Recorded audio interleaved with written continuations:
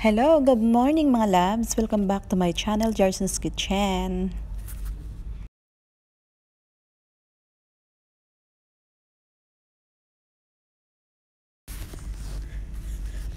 Ngayong araw nga pala ito palangga ay gumawa ako ng hotdog bread. Ito yung nagustuhan ng aking mga alaga kasi one time gumawa ako nito at paulit-ulit na nila ito pinapagawa sa akin dahil paborito pala nila ito. Yun nga lang palangga kasi nakalimutan kong mag-video from the beginning. But siguro naman alam naman natin kung paano tayo maghalo ng mga ingredients. I-separate natin yung dry ingredients at wet ingredients. Then combine all together and i-knead natin ng dough.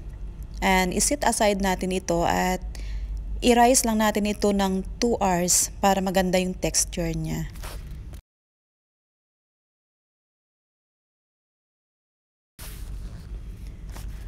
Then after 2 hours mga palangga, i-knead lang natin ng dough into flatten. And slice lang natin ito ng maliliit na pieces, rectangle size.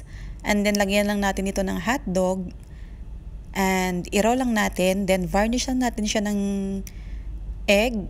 At lagyan natin ng sesame seeds. Naalala ko noon mga palangga, nung first time ko talaga mag-bake, laging palpak ang gawa ko. Lagi akong tapon ng mga ingredients sa basurahan. Kasi nga, I was trying my best na matuto. But, alam mo lang, pag pinagkaloob ng Diyos sa'yo yung mga bagay na hindi mo inaasahan, magugulat ka na lang. At ito nga, ay wala naman akong experience sa baking. Wala nang turo sa akin na gumawa ng tinapay, na gumawa ng cake.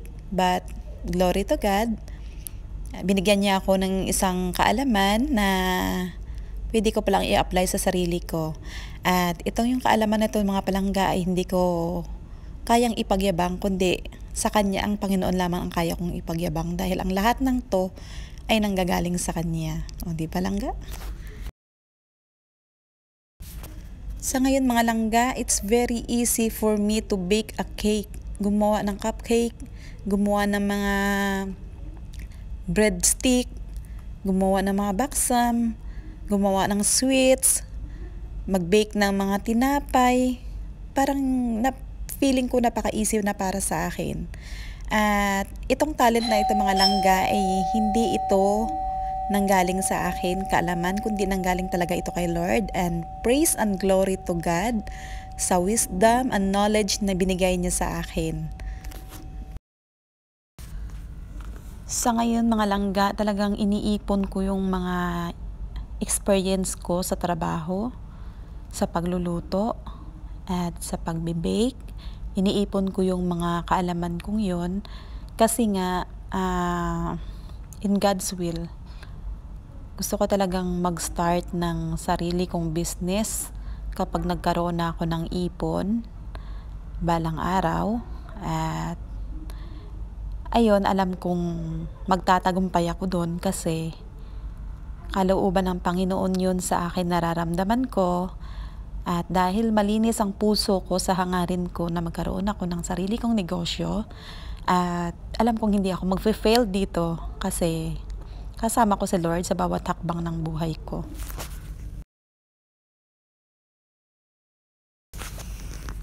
At pagkatapos natin langga lagyan ng sesame seeds, pwede na natin iyan i-bake sa oven ng 180 degrees Celsius heat and for 15 to 18 minutes only or until mag-turn into golden brown ang bread natin. Then i-remove na natin sa oven kasi para maiwasan ang pagka-overbake.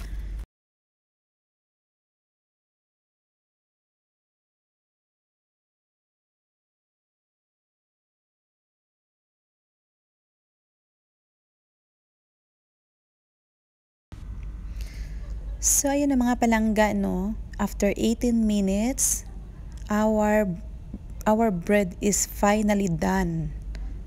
Tingnan nyo mga langga, it looks delicious.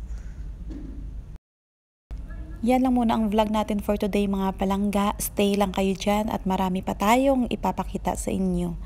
And thank you very much for watching. And God bless you more and more. Bye. I love you. Mwah.